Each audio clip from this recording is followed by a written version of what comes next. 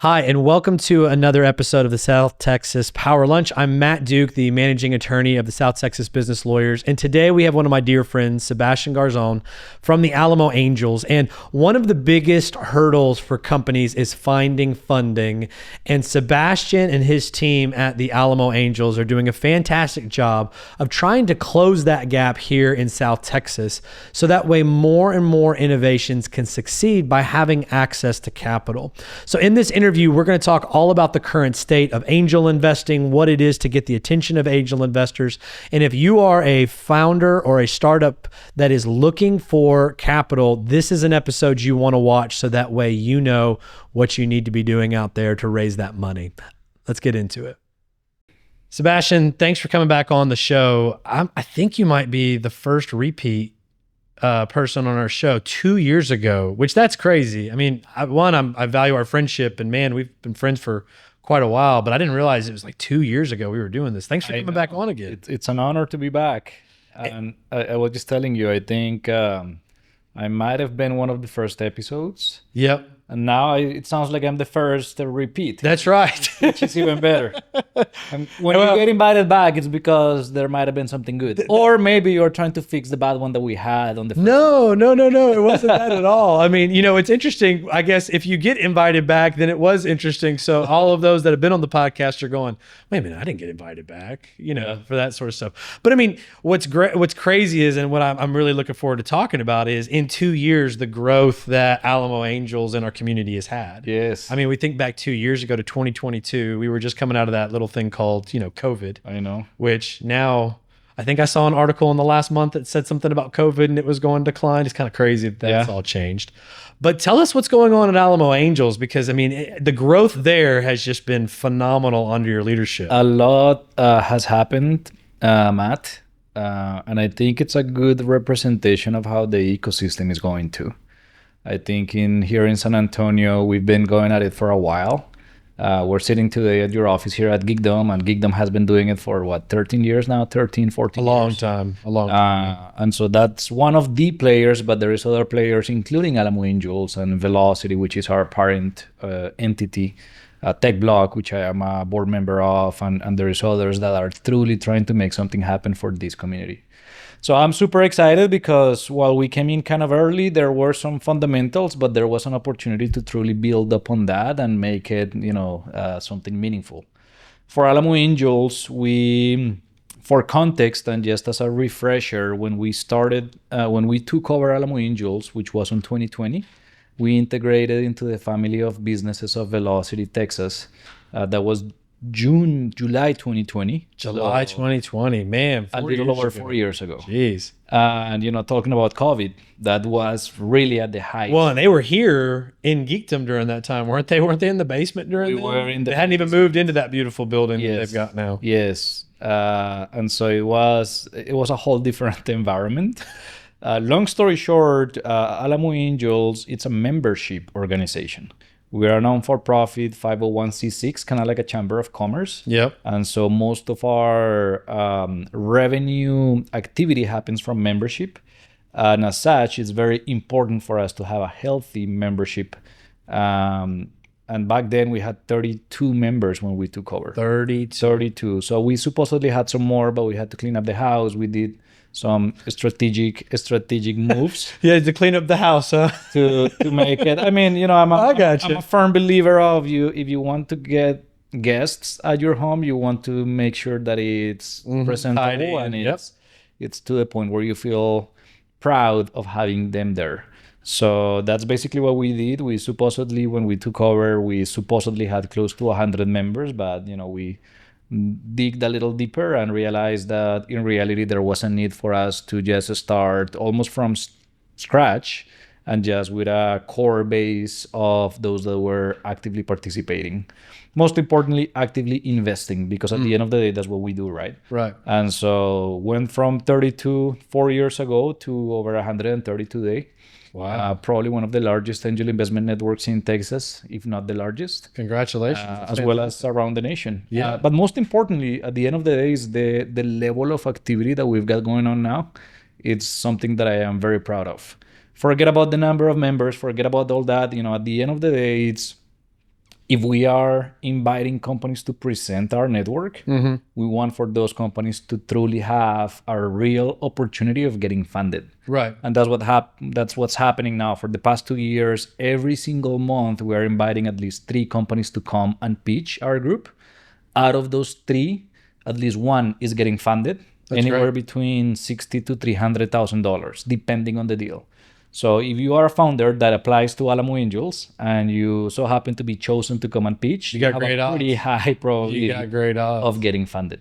Well, but I want to go into that process because I think you and Francisco, your team, y'all run a phenomenal process. Thank you. I mean, phenomenal. With evaluating, working with founders to get through. And I want to get into that because I think there's some tips that some founders can find highly valuable. But before that, let's kind of rewind. Let's talk about the ecosystem. So I've been in the ecosystem. I've been in San Antonio since I was 9. Yeah. But with regard to the, small business, startup, venture backed, I've been in here about 5 years, to be like in geekdom and tied to this sort of stuff. It's grown, man. Yes, it has. I mean, it's grown. I mean, the amount of innovation that's taking place in geekdom, in velocity, in other, incubators that are around town, from CPG to tech to, hospitality, restaurants, that sort of stuff. It's unreal.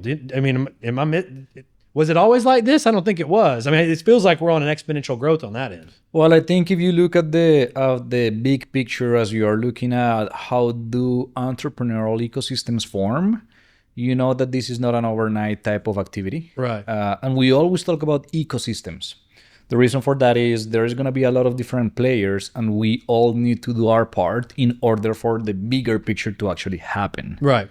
And so to your point, it's grown, but I think it's also because it achieved a level of maturity where you can start seeing a little bit more activity, right? Yep. For me, I always go back to geekdom, which again, this is where we are today. And it's one of those things that it started about 13 or 14 years ago, if I'm not mistaken. So it took probably about 10 years for us to get to the point where we started seeing some results. Yep. And then from there on, you start nurturing that ecosystem and continuing to flourish what has been built. But it didn't start overnight, right? That's right. Alamo Angels itself, as an example, we started in 2018. Okay. Right? As the San Antonio Angel Network. Okay. It's funny because some people are like, hey, we want to go and talk to the San Antonio Angel Network. And it's just non-existent because we rebranded to what we know today as Alamo Angels. Got it. But that's a little bit of that history. So even with that, all that to say, it does take some time. And to me, your comment of, it's grown, there is a lot more activity is because we have achieved a level of maturity that will continue to show some results. Now, I always tell people it's like a flywheel, right? Yeah. You can't, it's not like a bike wheel where you just start pedaling and it kind of goes with it. It takes a lot to get it going. And then when you stop pushing it, it still gets going. And the more you can keep pushing on it, the faster it will go. But it's not something that's easy to deal with. You can't just make it turn on. And for me, the footnote is we're still very early on. That's right. And so it's not to say that we're perfect, not to say that we've got it all figured out. I think there is a lot of work that still needs to happen. But what gets me excited is that there is more players within the ecosystem that are actively participating and truly trying to do something. But most importantly, finding ways in which we can collaborate with one another.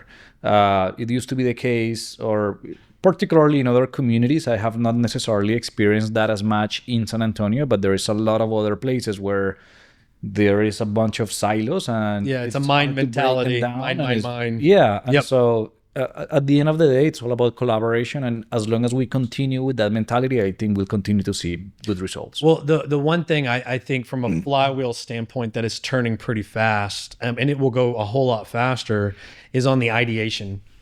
One thing you see in this community is a vibrant ideation, innovative thinking that I just don't remember that growing up here. I love this community. That's why I came back, right? But I just don't remember the level of creativity and innovation. And, San Antonio is rich in that history, of being creative and its culture and vibrant. You do see it very, very well, which I will say, and I'm going to give the compliments, geekdom really has led that charge, right? And others are, combining and collaborating and doing their own to enhance that. But they were the first ones, I think, to really say, look, we're going to ideate, grow, and cultivate. And I'm getting the rest of it wrong for there. But it's doing very, very, very well. Yeah. Now I think we're to the point where the flywheel, is in the next stage, which we all want to get to, where we're just generating unicorns left and right like Silicon Valley. Well, let's be honest, that's decades away. Yes. Right. But we are great on the ideation. I mean, we do a lot of mentoring. I see a lot of just, really, really creative stuff. But then it's that gap between ideation and actually being able to get a business model put together. What are your thoughts on where we are on that? I think we're closing that gap, but that's part of what I refer to in terms of there is a little bit of work that needs to be done. I will give you a couple of thoughts. Number one, I think we are slowly but surely maturing as an ecosystem to the point where we are helping founders, innovators, entrepreneurs understand that it's important for you to think big. I think particularly in South Texas, we all, and I will say, and I can say this, right, because I'm Hispanic, I think we were brought up with a mentality in which your role model is the family member or the friend of the family that has a business, but it's not necessarily a scalable business. Sure. So as that's the type of exposure that we had, that's typically the path that we want to take. If you shift your level of thinking about this, then you start thinking, hey, there is a way in which I, rather than having a restaurant, I'm actually going to go ahead and build a chain of restaurants, two separate things, right? So one is a small business, another one is a startup. A scalable business, one that has the opportunity for growth, the one that has an exit. That's the other thing, right? Like a lot of people say, hey, I really want to get my business going. I need some investment. And then you ask, what is your exit strategy? And they say, well, we want to have this as a family business. We want to hold it forever and give it to the next generations. Right. At that point, there's nothing for investors to really tap into. So it's just that level of, there is two different pathways that you can take. In my opinion, historically, we've always thought traditional business models. We are just now getting to the point where we're shifting into, let's actually think about something that's scalable, something that is more startup-like, that has a closer path to an exit, and that actually does have a path to an exit. In one of our episodes, we talked about this, but you tap on, again, me living here, basically my entire life. Industry here in San Antonio was HEB, family owned, amazing organization, right? But it's not a public company, it's family owned, private. USAA, massive employer, one of the biggest, right? It's not a startup. It's, your traditional, type of model. And then you've got a whole host of very, very small businesses, restaurants, physicians, tourism, but again, it's a hotel, that sort of stuff.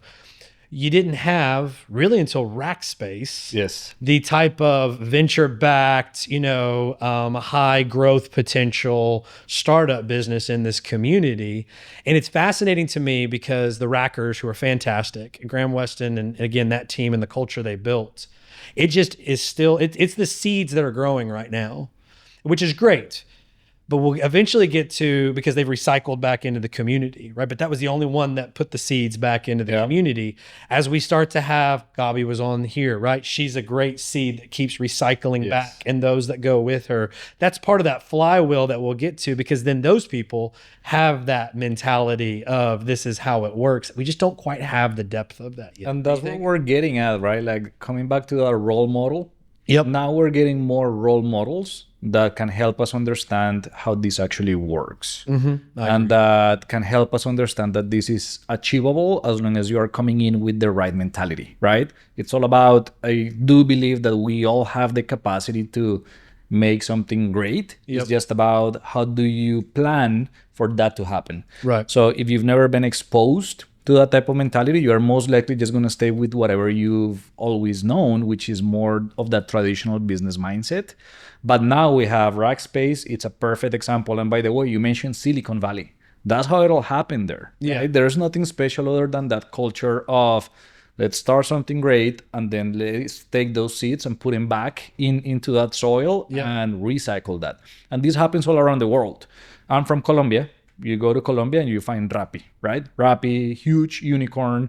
And a lot of those early employees from Rappi are now doing all the other startup activity. And Colombia is now becoming a hub for innovation in Latin America. Right. You go to Argentina, Mercado Libre, which is the Amazon of Latin America. Same thing. A lot of people from Mercado Libre have now left Mercado Libre and are doing their own thing. So Mexico, I forget the Kavak. Is it Kavak in Mexico? I mean, there's a lot of different examples that I can give you, not just in the US, but all throughout. That's the key to it all. So bringing that back to San Antonio, Rackspace, the first one of the greatest ones. We have is at a smaller scale, but still very meaningful. You know, Gabi, she's right now working on her 5th medical device company. Right. The previous 4 all were acquired. Right. So she's been recycling that. Definitely a definition of that serial entrepreneur. We got other ones. I know that you had Josh Sanchez from FloatMe. While he has not exited, he's achieved certain inflection points that makes us believe that he's going to get there fairly soon. Same happens with most recently, actually, Dark Hive with John Goodson. I don't know if you've had him here. No, I haven't had him here. You need to invite him. He's another really good one. Don't quote me on the numbers, but I know that it's over $20 million. They did a Series A, Series B round. Series A that he just closed. And then there's another one recently. I mentioned Dark Hive. Oh, and then Brostin, right? Brostin, which is also another outcome out of the ecosystem. That's right. You know, through Geekdom, through getting an investment from Alamo Angels. Those type of things is really what happened. So, in my opinion, that's another one that closed another pretty significant round of funding recently. So there is a few that are on the race that are really leading those races. And I will suspect that within the next few years, they're going to get to a point where they also exit and those seats are going to come back. Well, and, you know, taking this flywheel, right? I mean, if we look at this, you know, simplified stages, again, the ideation stage here in this community is vibrant, right? It's moving. There's engagement all over the place. I think we're in the most difficult part of this entire thing because there's two issues that happen right now with regard to San Antonio, which is we've got lots of ideation. Doesn't mean all ideas are good. Doesn't mean you shouldn't explore your ideation. But not all ideas are viable at this time. Yeah. Many people look at Elon Musk. He had lots of ideas, still has lots of ideas. Some of those ideas will come in the right time, for all of that, right? So ideation is strong. But then we have, a funding gap here in San Antonio, which is causing not only, the issue to kind of take good ideas and move, which is a challenge for us, but also moving people away from us. Yeah. Which will then slow us down from that process we just talked about on that reseeding. And Alamo Angels has done a fantastic job, again, of bringing together, angel investors together to look at funding. How do you think we as a community, Alamo Angels and the rest of the community, can really work together to focus on this funding gap, which is now our biggest challenge, in my opinion? I do believe that is the biggest challenge. And by no means am I going to say that we have solved it, because we're just a little piece out of the bigger picture. Sure. I will say, though, what we are doing, and obviously I'm biased and I have to say it because you invited me, so you're going to have to listen to this. But for me, if it was not because of Alamo Angels, I do believe that the brain drainage that will happen in this community will be higher than it is right now. Oh, I agree with that. Reason for that, there is different stages of development that the company goes through. And within those stages, there is different players that come into play as it relates to fundraising opportunities. Pre-seed, you typically go through friends and family, maybe some angels, but not as common. Seed stage, then you still have some friends and family, but that's where that third-party individual comes in. Angel networks, maybe some micro VCs. But that is typically one of the first stops that you as a founder will have to take in order to truly start getting somewhere with your ideas. That's right. What happened in the past is a lot of these ideations that are happening, they get through the first step. Friends and family, they give them 25, 50K, 100K, whatever they need, so that they can start validating or putting together, if nothing else, an MVP. Right. From there on, they need that capital in order to get them to the next step. Yep. That was the gap that we had prior to Alamo Angels. What was happening, and I saw it myself, is a lot of these companies were actually going to other communities because they could not get access to capital in their own backyard. Out of all places, Oklahoma. I can think of 2 companies that got started in San Antonio, ended up going there. Why? To Oklahoma. Tulsa, Oklahoma. Tulsa, Oklahoma. Was it They're the actually Indian building. reservation? No, they're building a fairly strong ecosystem in there as well.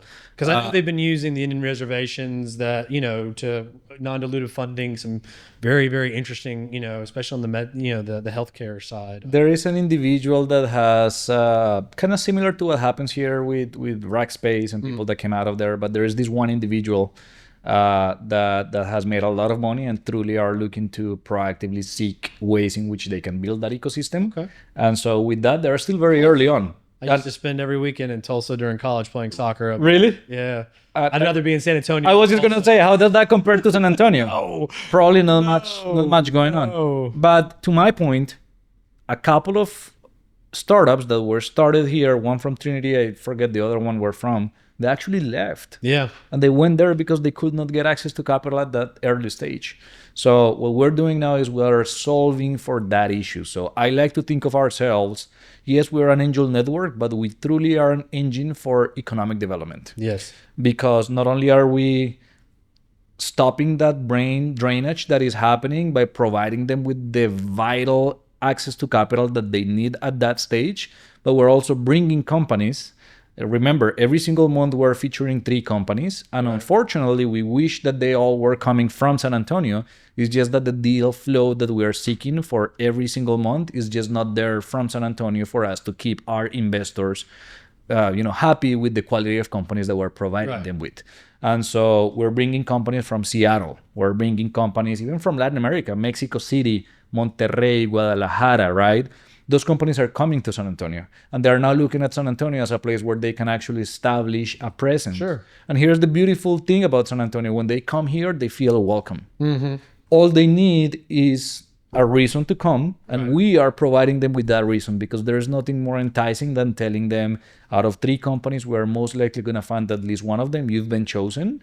We're a very active angel network, and if you like to get access to that capital, come to San Antonio. All of them will say yes, and that's what's been happening. Right. And they are now coming and setting foot in San Antonio and actually evaluating San Antonio as an option as they expand their business development. I mean, certainly, again, as that flywheel grows, we'll be able to grow our own, attract new investment. We saw some of this down in Techport, right? That will come. That's the added economic, generator, creates new jobs. Those jobs will then ripple into the economy. Let me ask you this. I was just thinking through all of this too. And again, this is we're not solving this problem here, but we can poke at it from different directions. There's another part of what you guys are doing that solves it, which is there is a significant amount of wealth in this city. Some of it's been there for quite a while. Some of it's newer, right? Some of it's come from oil. Some of it's come from, real estate. I mean, there's a lot of depth of wealth within here. Some of it comes from healthcare. The investment community in San Antonio has also not been used to this class of asset. In the old model, and again, dealing with doctors and, my previous life at hospitals and stuff with high net worth individuals, they invested in oil and gas. They invested in land, things they could touch, things that, oil and gas can go away, but it had value to it, right? Versus the investment in a startup at these levels, it's an odds game. You're actually going to lose. It's not like Vegas, but there is a number on the roulette wheel that's going to hit, right? And if you invest on all of them, you're going to get that money. Odds aren't good for Vegas on there, but people don't want to lose money. They want to be like, okay, I'm going to give you $30,000. What percent of the company do I get? When do I get my money back? And what's my ROI on that? Which is not how it really works in the venture-backed community, Yeah. which takes some time to change. Which again has been another, I want to compliment you and the organization because the diversity of the professions. You've got physicians, you've got some of the, I would say, older wealth that are sitting there. You've got some of the other people that are coming together, and the more comfortable there is, even if it's not necessarily San Antonio, and investing in these asset classes will prepare larger groups to be ready for those companies that are ready to move. But it just takes time. Yeah. I mean, I could tell you there's a ton of doctors that would never invest in this, but if they really thought about it, it would make sense for them to invest in it based upon all the health tech and military medicine we have. They have a lot more understanding and could pick the winners better than anybody else with a greater return. So that's not really of a question. It's more of just a compliment to what you guys are doing, but it just takes time. Well, but I will say on that respect, it does take time, and it's something that we all as a community need to start getting comfortable with. You go to what I will consider more sophisticated markets from an investment standpoint, and this is normal. Yeah. This is part of your portfolio. Yep. So obviously it's probably not going to be the biggest chunk, Right. but it is part of it. Yeah. Anywhere, I mean, depending on who you are speaking and their profile, just like everything else in investing, it's probably going to be anywhere between 10 and 20%, right? You go to either coast, and that's the type of activity that you'll find. And we do still struggle with that because people are just not exposed to this and don't know enough. You mentioned about the odds in Vegas. In all honesty, and I tell this to all of my investors because I don't want them to think that all of them are going to be winners, right? You're not going to hit that big cash prize every single time you make an investment. This is all about the power law, right? Yeah. And basically what that is there is going to be a lot of losers, but there will be this one winner that will compensate for all your losses. Correct. This is the game that you're playing. So just like finance or investing one-on-one, the key word is diversification. Sure. As long as you diversify your portfolio, are making investments all throughout the year, throughout a couple of years, whatever time frame you've decided to invest on, then that's the better strategy. And so what happens on our end is we do have to do a lot of education, and we have been doing so. I'll give you a couple of examples, and I'll tell you how we've tackled this. Number one, through education. Number two, through simplifying the process. In terms of education, as soon as you sign up as a member of the Alamo Angels, you get access to an angel investing course fundamental. We actually partner up with a company out of New York that will give you all the in and outs of angel investing. It's a highly intensive course, Monday through Thursday, 2 hours per day.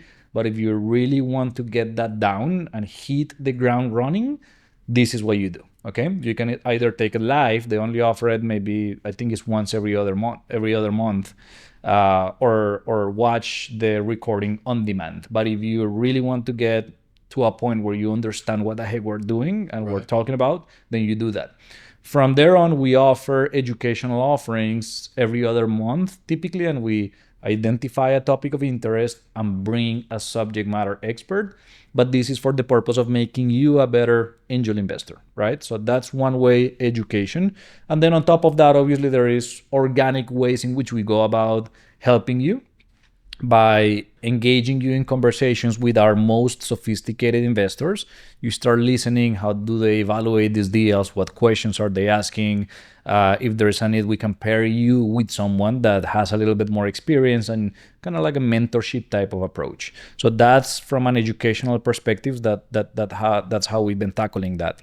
And then number two, every time we have a company, most of the time they're going to say we have a minimum investment that we're willing to accept. Right. Okay. Let's say that it's $50K. But if you are a new angel investor, even if you have the resources and the capacity to invest the $50K, you may not want to do so because you just don't know what you're getting into. Right. And so what we did is we lowered down the threshold for you to start actively participating on this. And so for about 2 years now, we are investing through SPVs, special purpose vehicles. Basically, we just put together a legal entity and we pull the funds from our network, and that's how we get to the larger numbers that we're investing. So if we are investing $200,000 in a company, that does not mean that there was one individual that wrote the $200,000 check. It could be, 10 individuals that wrote a chunk of that and got us to the 200,000. Right. For Alamo Angels specifically, we typically start our investments with as low as 5,000 individually. And so that lowers down that barrier. Right. That allows you to get familiarized with what goes on and truly also helps you with that diversification that I was telling you about. Right. So that's the two-step process: education, lowering down the barriers. And it's as simple as an E-Trade account. You set it up, you just go choose the stocks that you want. In our case, every single month you're getting 3 stocks, not stocks, but 3 investment opportunities. Right. You choose which one you want. After you set up your profile, it's as easy as saying, I want to invest on that one company. This is how much. Boom. Easy. Let's talk about the process for founders too, because you like right now, right? You just talked about the process you did to make it easy for the investors. Talk about the process. If somebody here in the community is watching this and says, I want to pitch in front of Alamo Angels, what's that process look like for them? Okay, so this process is a little different, and there is in fact a system and a methodology that we have. To give context and to give our listeners an idea, every single month we're featuring 3 companies, but out of those 3 companies, we typically get an average of 40 applicants. 40 applicants. 40. Wow. That's the average. Give or take depending on the month. In order for me not to be the one, hey, that guy, it just so happened that we're getting a lot of companies from Colombia, which is not the case. But in order more now, because this is going to be we're going to push this all over Colombia. Right. But in order for me not to go into those type of dynamics, sure, I actually have a committee that helps us identify the better investment opportunities. Number 1, so that it's unbiased. Right. Number 2, so that we can look at these investment opportunities a lot more cohesively.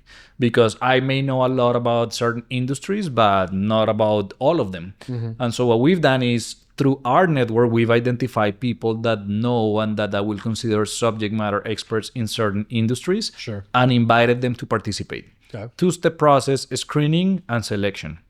Screening committee. Out of the 40 applicants, the first thing we do is my team does go through that and identify, which are the ones that fit our investment thesis best.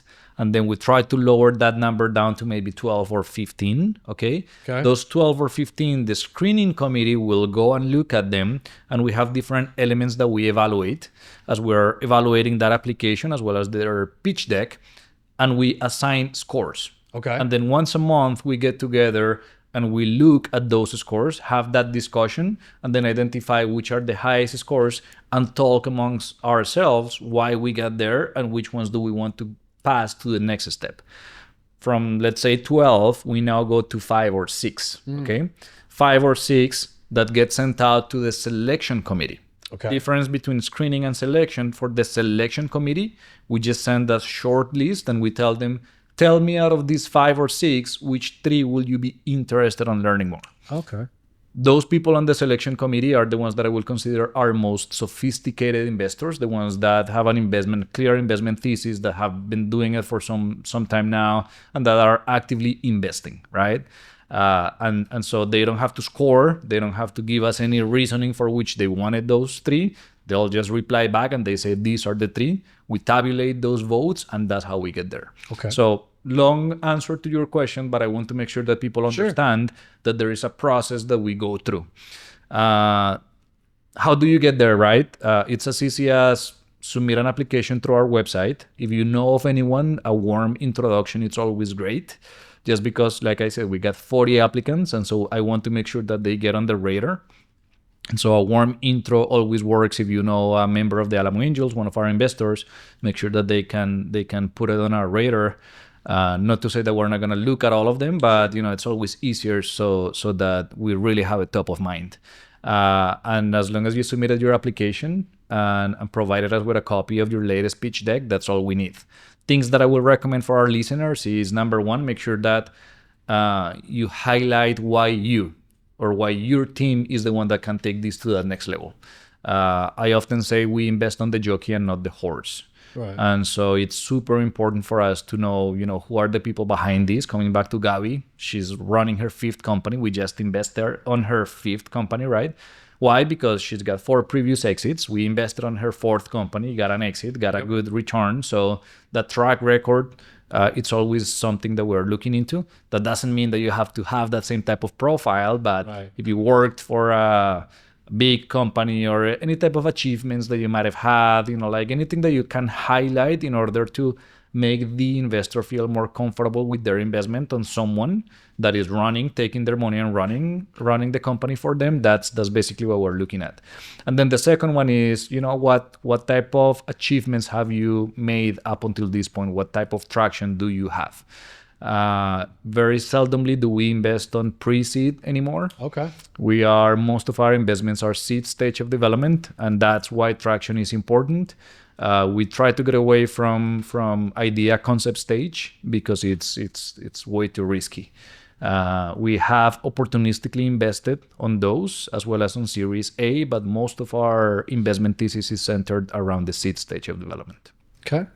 And, from a seed stage and traction, I'm assuming they're not, when we say that, not pre-revenue, there's revenue, there's growth of actual revenue, or what do you mean by traction? And it just depends, right? That's a really good question. As an example, when we invested on it depends on your company and the industry. Sure. The most ideal scenario, let's have you validated the fact that somebody is willing to pay for it, and have they paid for it, right? But there is other ways in which you can show traction. As an example, a medical device company, we just featured one this past Wednesday. A couple of things that we like, obviously they have the intellectual property in place, they have some patents, but one big thing that we were looking into is they just recently gotten their reimbursement code, which is extremely important. Now you can make money. Now you can make money.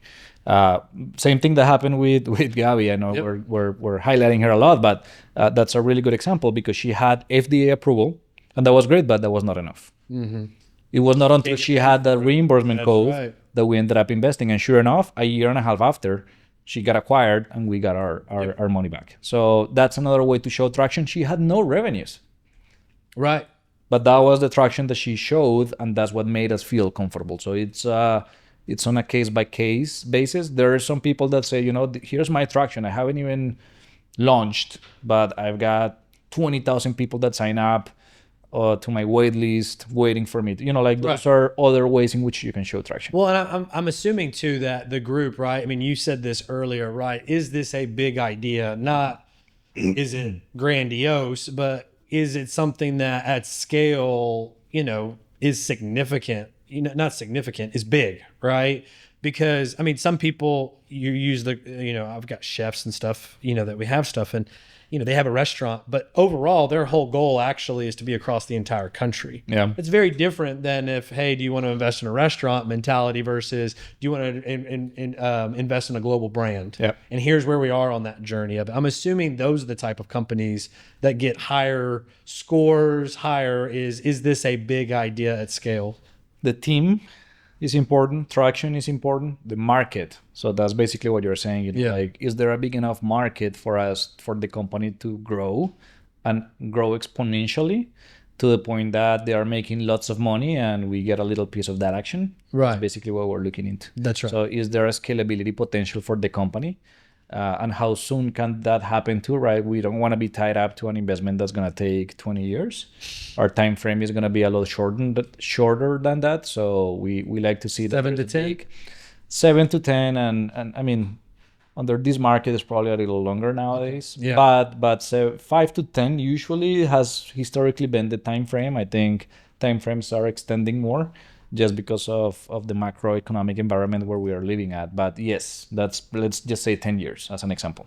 What does, from a traction standpoint, what role does non-dilutive funding play in y'all's selection? We see that very favorably. Okay.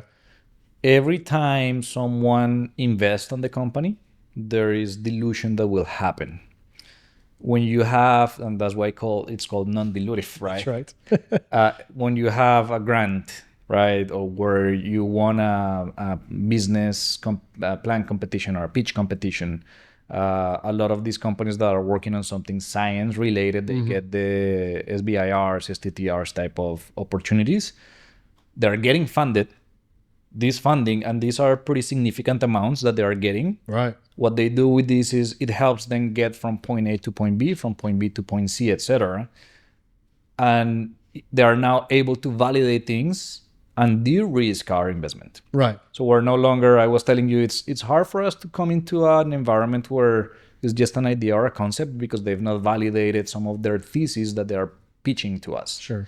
But when you go and the government, as an example, through an SBIR gives you funding, now you validate that de-risked our investment because that, sure enough, helped them get from point A to point B. And now that they need to get to the next point, they now have something to show. But on top of which, there was not an actual investor that took a piece of that company.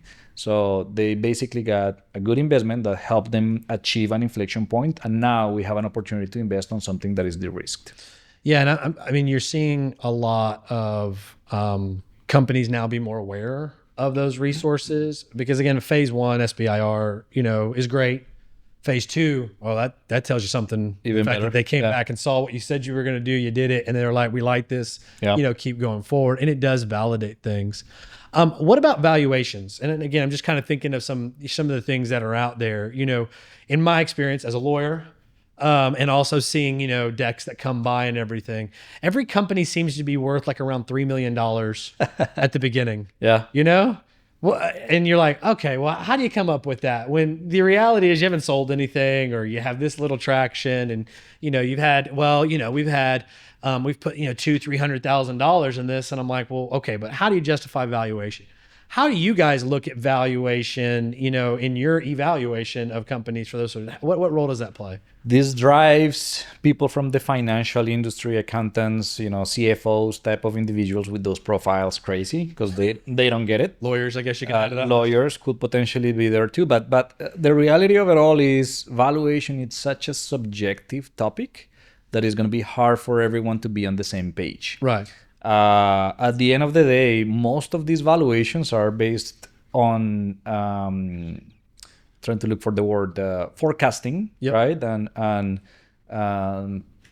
things that need to happen in order for them to get there. Sure. I've never, and I would probably say that you've never seen a forecast that has actually become reality to the point, right? Like Never. There is a purpose for them to happen, which is more than identifying what numbers are you going to have 5 years from now, is more what are the I'm trying to look for this word, the assumptions. Sure. What assumptions do you have in your head that will take you from where you are today to where you think you're going to get 5 years down the road? Right. That's truly what we evaluate, particularly when we are looking at those valuations.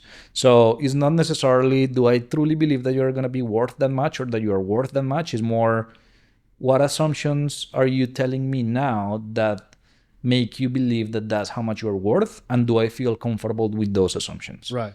At the end of the day, we're coming in very early on, and there's no real data that we can look into. That's why banks are not participating on this, right? Like, correct, every time you go to a bank, they want to see historical data. That's right.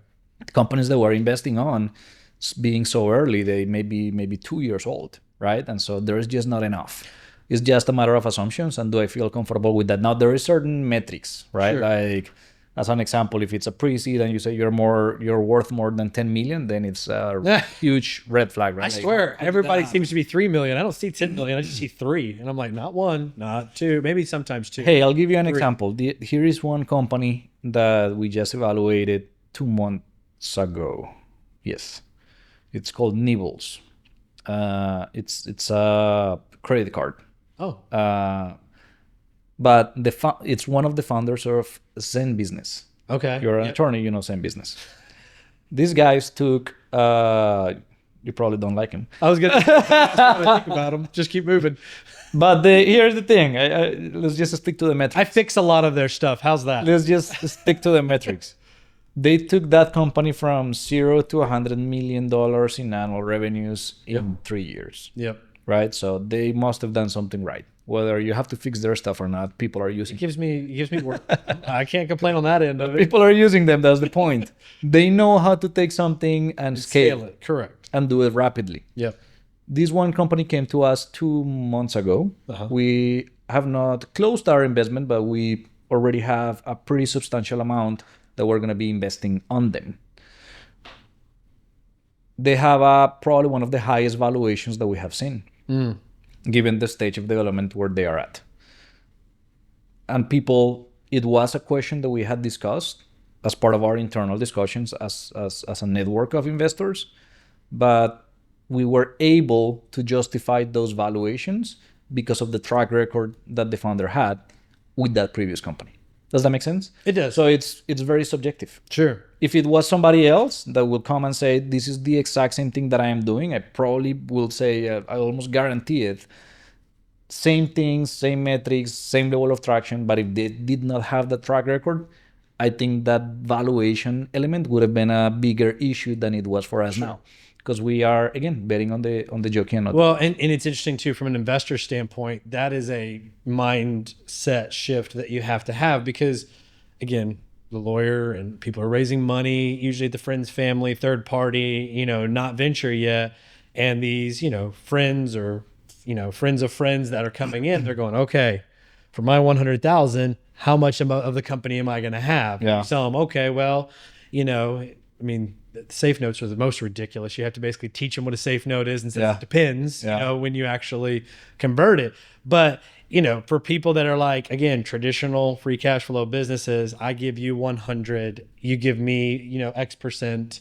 I get my return by when on my payback, how long's my payback period? And then what's my ROI? Those are the measures that most people in business school, right, including MBAs, we both have one, right? That's what they taught you. Yes. The free cash flow model, right? But this is different. It's very, very much different. And that mindset takes a lot. There's a lot of risk. There's a whole lot more reward than what you're going to see in the free cash flow model. People get passed by that when they see that there is companies that exited and gave you a 15-20x. Yeah. You no longer look at ROI. You no longer look at percentages, right? Like the name of the game for this industry is how many X's? How many X's? That's right. Not percentage. It's a multiple. Yep. It's not a percentage. Forget about that. That's not how That's we're right. measuring our metrics, right? It's what's your multiple. So you can get by with with that by knowing that the potential for that does exist. And again, I think that'll be those X's, right? The more exits with X's that people have in this community, people want to know, wait a minute, you were in this company, you made what, right? I mean, that's what we're waiting on is that, next wave of multiple companies, which you've already mentioned. Some of them are very promising to do that within the community, but that'll be what then gets them on of, here's how I thought of this. Here's why I made X's, not percentages. Yep. Especially if we have a downturn in the economy, in the stock market economy. I think there's two different economies. But if we have a downturn in the stock market economy while the reset startup economy gets going, I think it'll be huge. Yeah. Let me ask you this kind of to end, on this, because we could talk forever. I know we could. What are some red flags that y'all see coming through that are looking for funding? Like, what are things that you're like, no, it's a non-starter, or whoa, this is probably not going to work? I'm sure you see, because you see a lot. I think the first one is a lot of, and I'm glad you're asking, because I also want for people to be cognizant of the fact you need to go and try to access capital from people that fit your investment, that you need to fit the investment thesis of the people or the person that you are going after. Right. So in our case, what happens the most, going from 40 to 12 or 15, one of the biggest filters that we apply is scalability. Okay. Is this a scalable company? Does this have the startup DNA, or is this more of a traditional business model? And by the way, there's nothing wrong with that. Correct. I mean, I know a lot of millionaires that made money out of traditional business, and they keep on making it too, because they will continue. Yeah, construction companies, people in the service in the restaurants, like those type of things. Great, I love them. It's just that's not part of our investment thesis, right? And so a lot of people do get frustrated because they think that we're just not giving them an opportunity. But I want them to put themselves on our shoes and realize that is not you're not a traditional funding source. You're not looking for traditional investments. Yeah. So that's the first and foremost, that's the biggest thing. I think the second one is sometimes you get these beautiful applications, you get these beautiful pitch decks, everything is amazing. But when it comes time to get dig deeper into truly what's happening in the company, and you start finding holes. So a lot of founders, just for the sake of getting by or selling an idea or selling an investment opportunity, they may inflate or may over promise certain things, and the reality of it all is we're gonna find out. All style and no substance. We're gonna find that out. Deep enough to figure it out. We're gonna find that out. Yeah. And then the third one that I will say, there is a lot of startups that still need to figure out how to put together a balanced team. I think there is great. I'll give you two examples: people in tech and people in the medical industry. Most people in tech, like the actual programmers, people that are deep into doing this coding and making things happen, they're most likely, more often than not gonna be your ideal CEO. Correct. And same goes for people in the medical industry. Versus they got the hard skill down. They got it all. Skill they usually don't have. They don't, and you need that soft skill to go and do fundraising. You do have to go out and have dinner. You need to establish a relationship. This is still very much relationship based. Yep. Particularly in a place like San Antonio, right? And so I think that's another one. Like you're as a founder, you really want to make sure that it's a balanced team, because you need those that know the technical elements, but you also need those that have the soft skills to go and sell the idea, do the fundraising, and make things happen on that end. No, I think that's great. What some of the things that I always tell people is, if you look organized and you seem like you have everything together, but when the diligence starts, if you're disorganized, you just outed yourself. Yeah. And I see it a lot, unless it's a really, really good idea and they give grace because of who it is, but not having your financials ready, not having your legal documents, of course, all of a mess, which, I mean, I've seen many people not get funding because their corporate governance is broken and they can't fix it. And nobody's going to invest in something that's broken at that level, because that's just an indicator it will fall apart at some point in time, and that'll be with their money versus now, going to fix it. What is y'all's experience? I mean, how do y'all identify those type of things through your process? A couple of things that we like to see. Number one, we actually do ask for companies to provide us with their latest investor report. The reason for that is different from the public industry.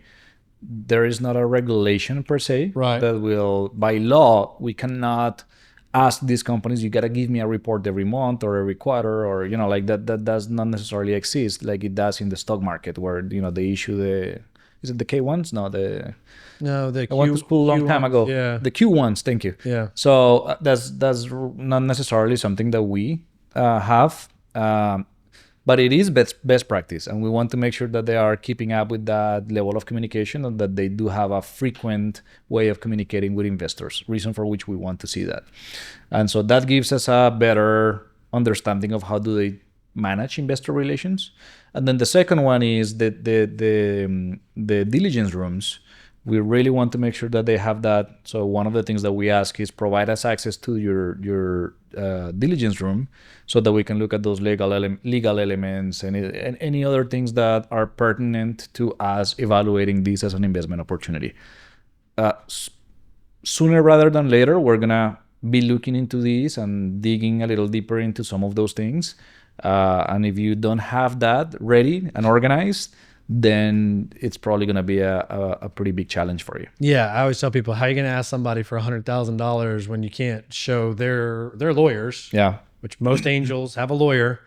They're going to look at it, that they get what you told them they're going to get for their $100,000, right? I mean, when it gets down to the end of it, when you have that handshake, I mean, I've had it many times for clients going, well, it's not actually what you think it is. Hey, the other one is the legal entity that they formed. Right. And you more than anybody else know about this, right? Like, most investors are going to stay away from an LLC if you truly are building that scalable company, just because there's tax benefits to you investing through a different legal entity, a C Corp as opposed to an LLC. The SQ, what is it called? SQBC, the small business qualified stock. Small SB. Yeah, you know what I'm talking about. I do. And again, from there, it's always the conversation is when's the right time to do that. Because most people that bootstrap, Heck, I'll take the tax write-off of my LLC, but at If some you're point in time, bootstrapping, don't do it. Venture-backed, And that's then you another- got to switch it over, which we've got several clients trying. And that's the other topic. Not everyone should be out there fundraising, right? That's right. And you gotta know your DNA, and you gotta know that once you get into this boat, you need to know what you're getting into. And a lot of companies don't need it, and a lot of people are surprised when they come to me and I tell them, I don't think you want to get into that. Yeah, just because that's not on their DNA. So That's if right. you don't want to do it, LLC is great. well, Just keep doing and it. you know, you brought this up a lot of times. Education is critical, you know, because I mean, we have clients that it's their second rodeo, third rodeo, right? They're a joy to Matt. I need it this way. Go ahead and do it. We're going to do it right. I know it's going to be right. There's not a funding issue. We get it right. But then you have the first person on their first journey. The greatest thing you can do is get educated, and you're going to mess up. That's okay. It's just a part of it. But the more you get educated, because you are literally on the school of hard knocks. Yeah. That you're going to go through, and you have to learn all of that, because eventually it'll knock you right in the teeth, and it could knock you out, and that kind of also what I tell people, kind of wrapping this back, is it's worth going on that school of hard knocks if there's a really big thing at the end. Yeah. But I would tell you, a lot of people, they think smaller, those sort of things, and when they're getting pounded, because it is not fun, and pounded, that's when they go, never mind, because their thing it was too small. Yeah. The big one, you're willing to go take it. Most people are, right? Because all right, the promised land, the pot of gold at the end of the rainbow. Yeah. But it's a lot. But education is huge, because it always depends. People look for the easy routes, and I can see more problems with people that took the easy routes, using Zen Business to form your entity, just had to say it. And when they get into a particular challenge, right, it may not have been the right education, for them on that. I'm kidding, but not kidding, on those things.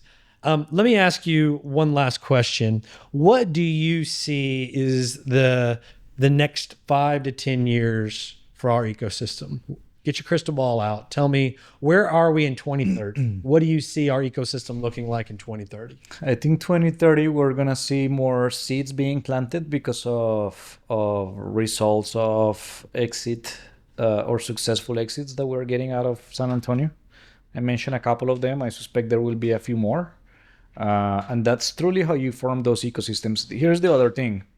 A lot of those founders that go through the journey and get you to an exit, not only do they and their teams then come out and start some new things, innovative companies, but they also now come back and jump that fence, as I usually say, and start investing. That's right. Because they saw what those investors, that while they made strategic introductions and while they gave you their time, they weren't there like you were working 16 hours a day. And they still made a really good amount of money. They made a good amount. That's right. So now they realized it, and they're like, you know what? This is something I've got to do. And in all honesty, they also want to support those that are going through that journey. It's kind of like once you go through that, it's kind of like your alma mater. You want to support your alma mater. Let's talk about Alabama football. Come on, let's go. Let's not do that.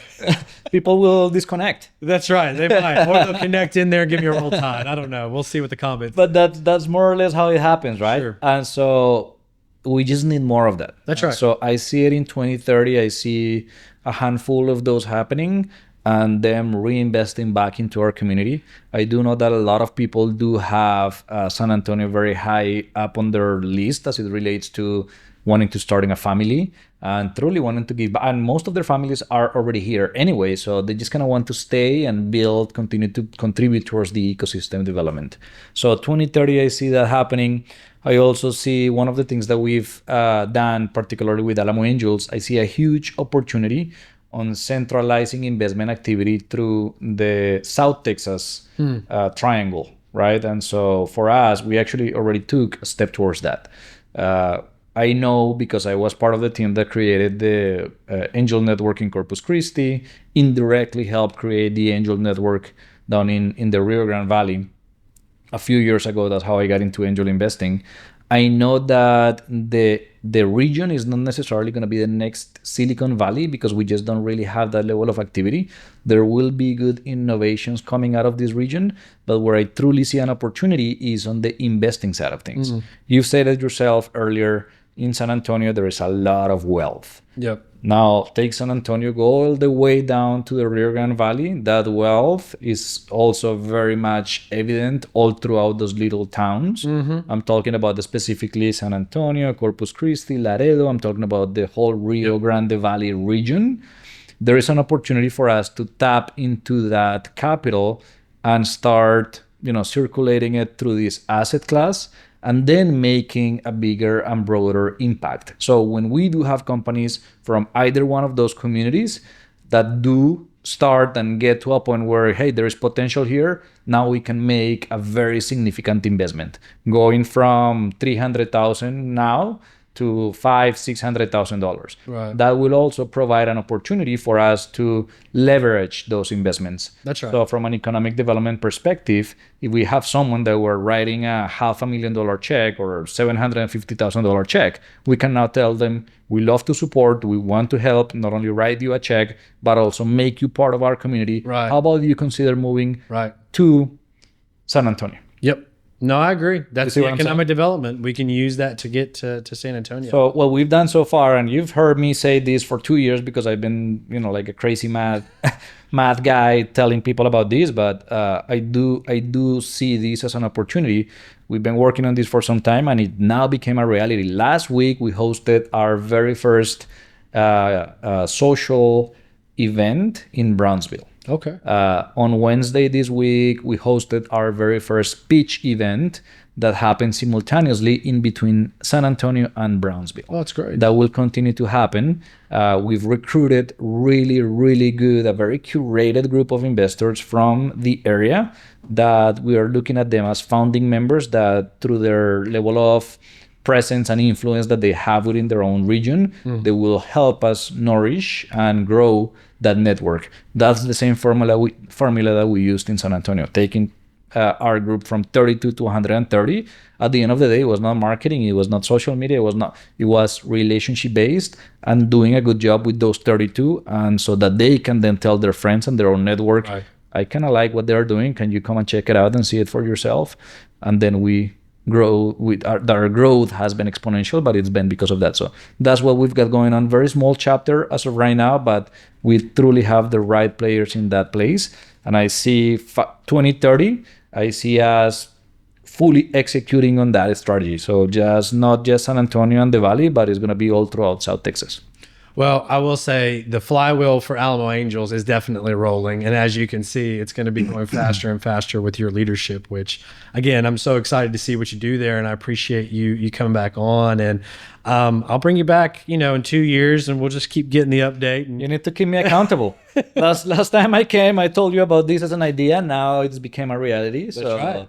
Keep me accountable for things that we're talking. I'll keep you accountable. Every 2 years, I'll come back and give the report. And we'll give the report. Well, congratulations again for everything at Alamo Angels. And again, thanks for coming on the Thank you, Matt. It was a pleasure. Well, I hope you've enjoyed that episode as much as I did. Sebastian is an asset to our community, and he's a dear friend. And you can see all of the momentum we are getting around aggregating capital here in this community, so that way we can support our ecosystem. It's important that all of us get involved with this movement, that we continue to grow here in this community, to try to thrive in this community, and then to give back to this community, so that way this ecosystem can continue its growth on that flywheel that we've talked about the entire episode. As always, we hope we've delivered a lot of value for you and the community by these podcasts. If you could, leave us a comment, hit the like button on whichever platform you're viewing or listening with us here. And until next time, we'll see you then.